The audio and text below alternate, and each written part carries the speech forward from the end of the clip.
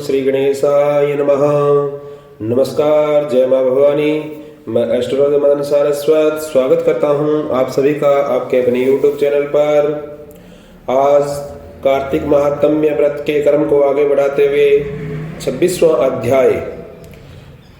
अध्याय सुनने से पहले जिन्होंने चैनल को सब्सक्राइब नहीं कर रखा है वो चैनल को सब्सक्राइब कर लें ताकि आगामी अध्याय भी आप तक सुगमता से पहुंचते रहें। चलिए शुरू करते हैं 26वां अध्याय।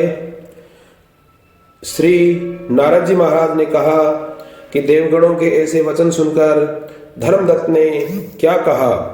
सब मनुष्य भगवान विष्णु की प्रसन्नता के लिए विधिवत आराधना, यज्ञ, दान, व्रत, तीर्थ तथा तपस्या आदि करते हैं, किंतु कोई ऐसा सरल उपाय बताइए जिसके करने से इन सब का फल मनोरथ प्राप्त हो सके। गणों ने कहा कि हे द्विजश्रेष्ठ, आपका प्रश्न बड़ा ही श्रेष्ठ प्रश्न है। हम आपको भगवान विष्णु को शीघ्र प्रश्न करने का उपाय बतलाते हैं। हम इतिहास की सहित प्राचीन वृत्तांत भी सुनाते हैं, सावधानी से सुनो। प्राचीन काल में कांचीपुर में चोल नामक चक्रवर्ती सम्राट राजा राज्य करता था। उसी के नाम से उसके देश का नाम भी चोल प्रसिद्ध था। राजा चोल के राज्य में कोई प्राणी दरिद्र, दुखी, पापी व रोगी नहीं था। वह सब राजा के यज्ञ करने का प्रभाव था। ताम्रपर्णी नदी के दोनों किनारों पर सोने के यज्ञ के स्तंभ सुशोभित थे। हे द्विजश्रेष्ठ, एक दिन वह राजा भगवान विष्णु के पास गया और भगवान का समय शेष शैया पर योग निद्रावश सो रहे थे। राजा ने उनकी मणियों, मोतियों और स्वर्ण के दिव्य फूलों, फलों तथा आभूषणों के द्वारा पूजा की। वह साष्टांग प्रणाम करके भगवान के चरणों के पास ही बैठ गया। थोड़ी ही देर के बाद राजा ने अपनी नगरी के कांचीपुरम के ब्राह्मण विष्णुदास को वहां आते हुए देखा। विष्णुदास ने भगवान की पूजा के लिए तुलसी दल और जल लिए हुए था।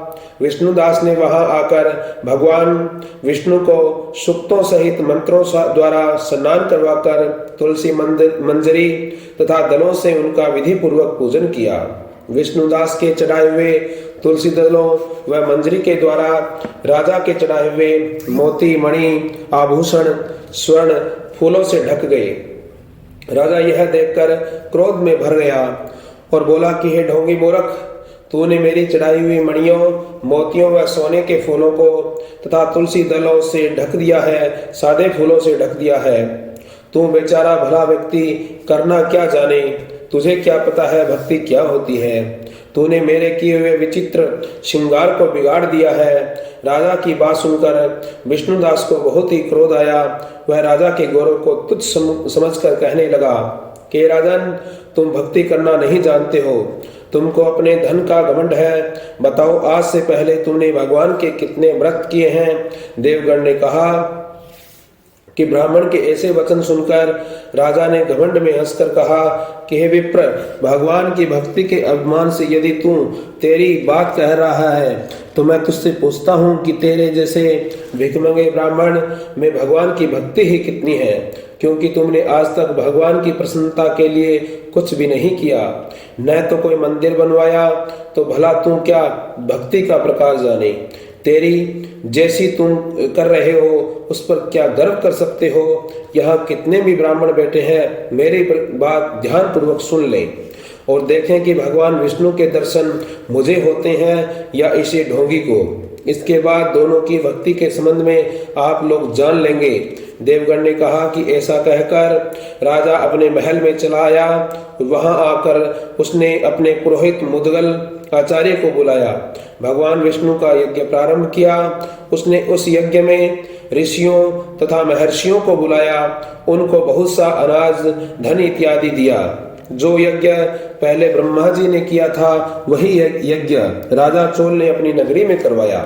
विष्णुदास भी अपने मंदिर में ही रहकर भगवान की प्रसन्नता के लिए उनकी पूजा इत्यादि करने लगा, व्रत इत्यादि करने लगा। उसने माघ तथा कार्तिक मास के व्रत किए। तुलसी के वन की ओर एकादशी को भगवान विष्णु के 12 अक्षर मंत्र का जप किया। वह भगवान को प्रसन्न करने के लिए संगीत गाता रहा, नृत्य करता रहा, स्तोत्र इत्यादि का पठन पाठन करता रहा, नित्य प्रतिदिन व्रत करता, भूमि पर सोता, हर समय भगवान विष्णु को स्मरण करता और सब प्राणियों में समदृष्टि में भगवान को ही देखता।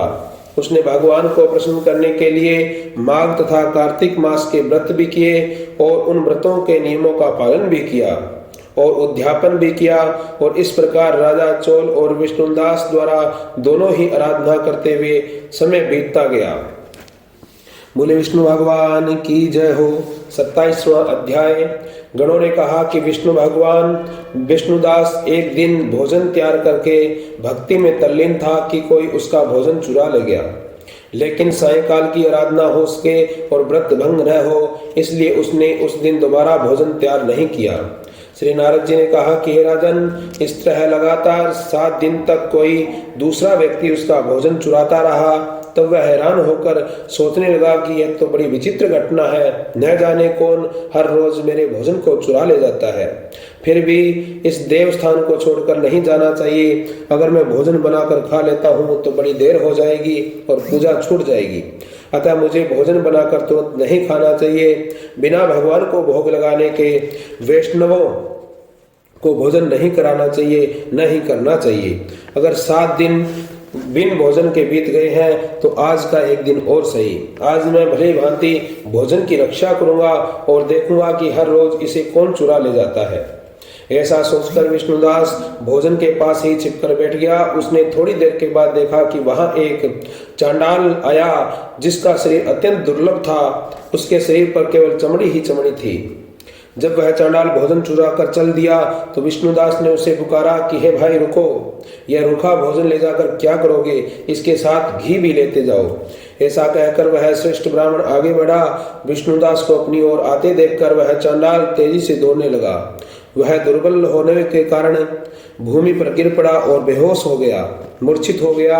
चांडाल को मूर्छित देखकर विष्णुदास लपक कर उसके पास पहुंचा। उसने वस्त्र से उसको हवा करने लगा और उसके बाद उसने जो कुछ देखा उसे देखकर आश्चर्य में चकित रह गया। उसने देखा कि उसके सम्मुख शंख चक्र गदा पद्म पीताम्बरधारी भगवान चतुर्भुजी रूप में विष्णु भगवान अलसी के फूल के समान वाले छाती में कौस्तुभ माला धारण की वे सुशोभित साक्षात श्री विष्णु भगवान खड़े थे। भगवान का दर्शन करके सात्विक भाव से मुक्त हो वह ब्राह्मण उनकी स्तुति तथा प्रणाम भी नहीं कर सका। वहीं पर सब आदि इंद्र आदि देवता उपस्थित हो गए और गंधर्व तथा अप्सराएं भी आकर गीत गान करने लगी और नृत्य करने लगी। ब्राह्मण उन्हें प्रणाम करने के लिए ही उतावला हुआ, क्यों ही वहां संपूर्ण देव गंधर्व आदि अप्सराएं आ गई और नृत्य होने लगा। विष्णु भगवान ने अपना स्वरूप ब्राह्मण को प्रकट कर उनका आलिंगन किया और दिव्य विमान में बैठाकर उसे वैकुंठ धाम ले गए। दिव्य विमान में ब्राह्मण को विष्णु के साथ जाते हुए राजा चोल ने भी देखा। उसने अपने गुरु आचार्य मुद्गल को कहा कि मैंने जो यज्ञ आदि किए हैं वे सब व्यर्थ हो गए हैं। जितनी दान दक्षिणा मैंने ब्राह्मणों की दी है वह सब असफल हुई है। विष्णु भगवान के दर्शन मुझे नहीं हुए।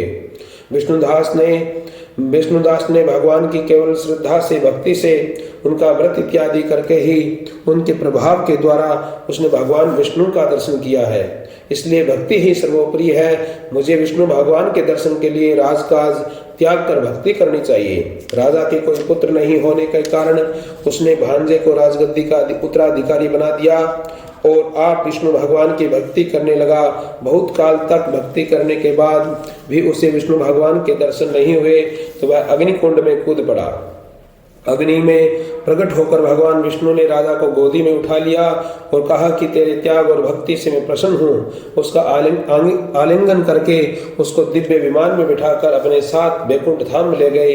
भगवान विष्णु ने अपने समान स्वरूप वाले ब्राह्मण को पुण्यशील और राजा चोल को सुशील नाम देकर दोनों को अपना द्वारपाल बना लिया। बोले विष्णु भगवान की जय हो। लक्ष्मी नारायण भगवान की जय हो।